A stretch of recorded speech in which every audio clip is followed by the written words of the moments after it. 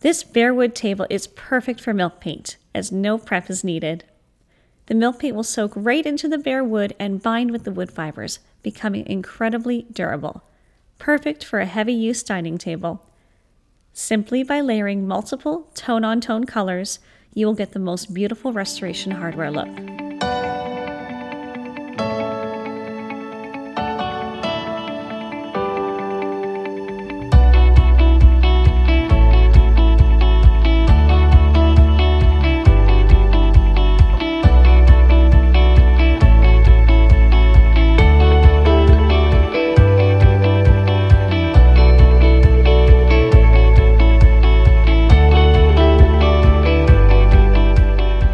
To achieve this look, I'm starting with our Almond Latte, followed by London Fog, and finishing off with a whitewash using Hotel Robe. You can take any of our milk paint colors and turn them into a stain, just simply by adding more water when mixing. For a stain, I like to use 3 parts water to 1 part milk paint powder, and you can always adjust as needed. Apply your first coat of Almond Latte. This warm neutral color is the perfect base. I like to pour the paint onto the surface, and since my surface is so large, I'm going to use a wide Staalmeester brush to make my painting job go faster and smoother. Once the milk paint is dry, approximately 20 minutes later, I start to apply a Beeswax resist to help with the layering and distressing part. More on that later.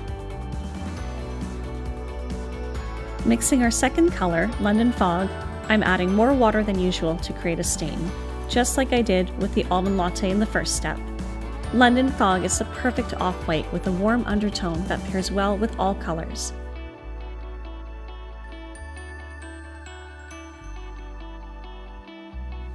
Again, let dry for approximately 20 minutes and apply the Beeswax distressing block.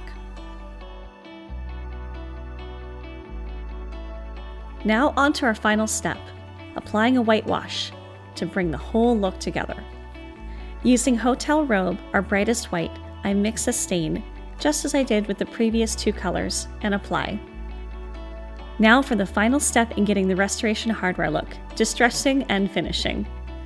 I apply the distressing block in the areas that have texture, like the wood knots. Wherever beeswax is applied, the paint layer on top is easily removed, revealing the layers underneath. For my top coat, I'm using hemp oil. This gorgeous finishing oil, otherwise known as liquid gold, is just natural pressed hemp seeds and smells like crushed walnuts. I liberally pour it onto my surface and use a brush to spread it.